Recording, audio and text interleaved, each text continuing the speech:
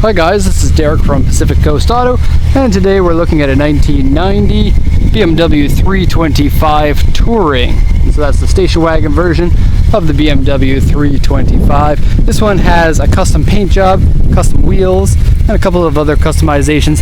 It is a very cool car, and it looks like it's been put together really well. So let's take a look at what we have here.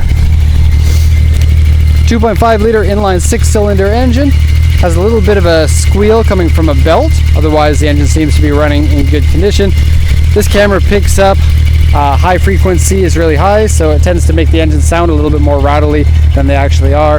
In real life the engine sounds fine. This one has an exhaust that's very loud, and so have a look.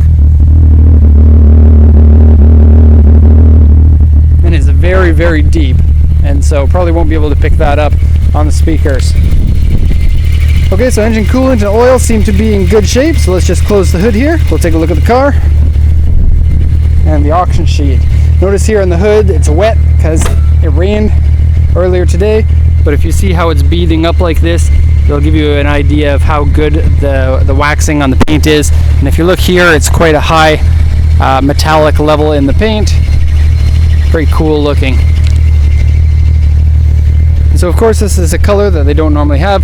The car was originally silver and changed over to a dark green metallic two-tone, it says. And so what we have is I guess we're in the shadow so you can't see very well, but what we have is a metallic green for most of the car with a black roof.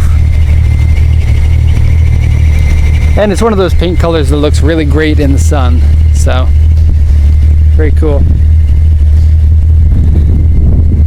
And black roof. Now the 325 Touring is really cool, especially because this one is going to the USA. They never sold these cars in the USA, so this is going to be quite a treat to see over there. So 2.5 liter, auction grade 3.5 interior C. Now this one says 121,809 kilometers, but has a star next to it. The actual mileage is unknown, but the last known time the mileage was in 2009.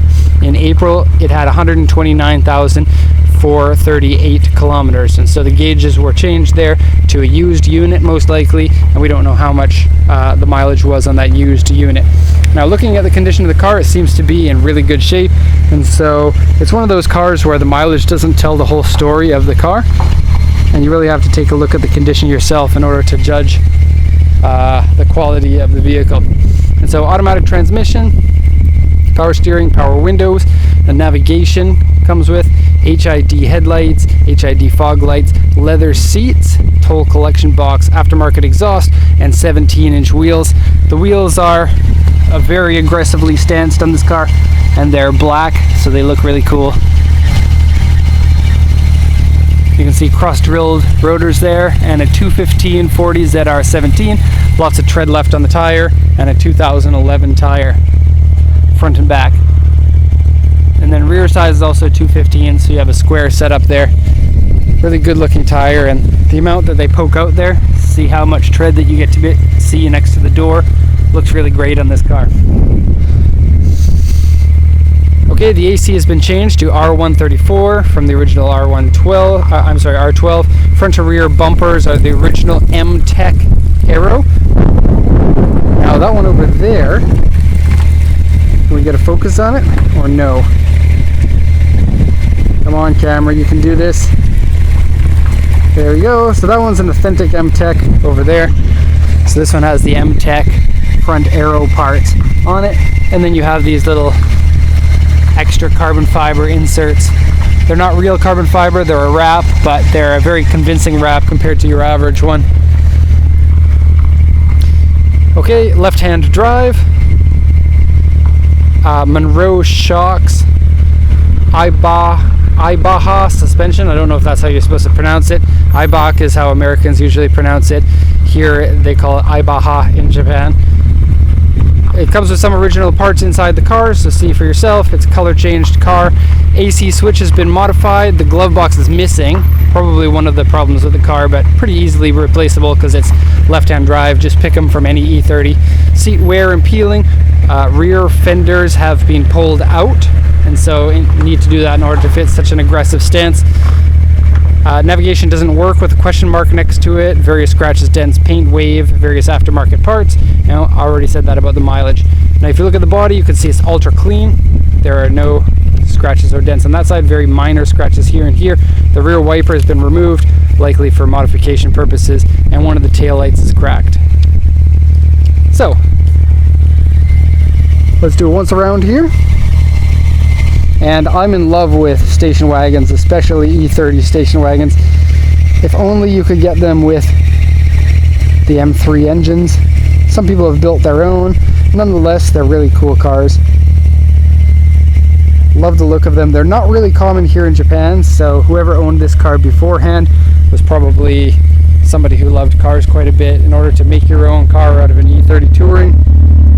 I've been told conflicting stories. Some people said that these cars were never sold in Japan. Some people say that they were. I don't really know, but judging by how many of them there are here compared to, say, the E46, it's pretty surprising. Nice little rear wing there.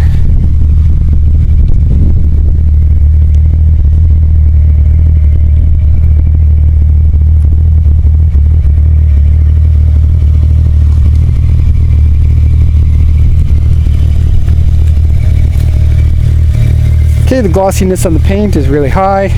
Really no scratches or dents anywhere. Looks great all the way around. I'll show you just a quick side panel view. When it's a repainted car, you always have to watch out for paint wave. There is a little bit of it here, so take a quick look. But to most people taking a look at the car, they're not going to even notice that because, for one, most people don't notice paint wave on cars. And secondly, when you look at the car as a whole, you're like, wow, that car looks pretty amazing, and you don't think about the little details like that. Okay, so let's go into the trunk first. Carbon BMW badge on there. Toyota genuine parts. I don't know what that is in the box. I haven't opened it up to see, but everything looks super, super clean inside here. It's unbelievable how clean that carpet is. That one doesn't click closed like it should. Minor little issue there. And it doesn't have the tonneau cover that goes in the back. Cool speaker pods. 2 different speakers in there. And then there will be the spare tire underneath there.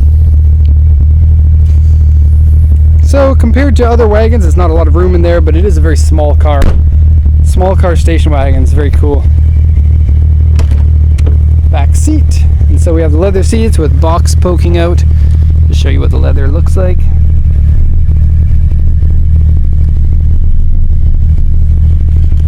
Headliner's in good shape, very clean, no sagging parts. Go to the driver's seat now. Okay, so your standard door cards here. E30s always feel really good for me when I get in them. I really love the way that they're built. I think that they're really nice cars, kind of old world, high quality feel to them. So that's aftermarket steering wheel. Jump in. 121 814 it shows on there. You have the carbon fiber wrap on this section here. Dashboard has a navigation unit that doesn't fit in there, so that's really got to go. And the AC panel usually would be part, like, this is a double DIN. It's really only big enough to fit a single DIN, and then the AC would go there. AC has been modified by putting it down here. Really, this needs to be cleaned up. Dashboard's in good shape. Carpets are good, and aftermarket speakers hiding in there. Shifting is nice and smooth. E-brake is good. Power windows are good. Steering feels good. I love how tightly these vehicles can turn, especially compared to my van, which is like a tank. So, good feeling car. Overall, very happy to see this one. Very happy that this one's going to the USA, because love this car in the USA. That'll be the end of the video. If you have any questions, please post them in the comments section or check out our website. Thank you very much for watching, and have a nice day.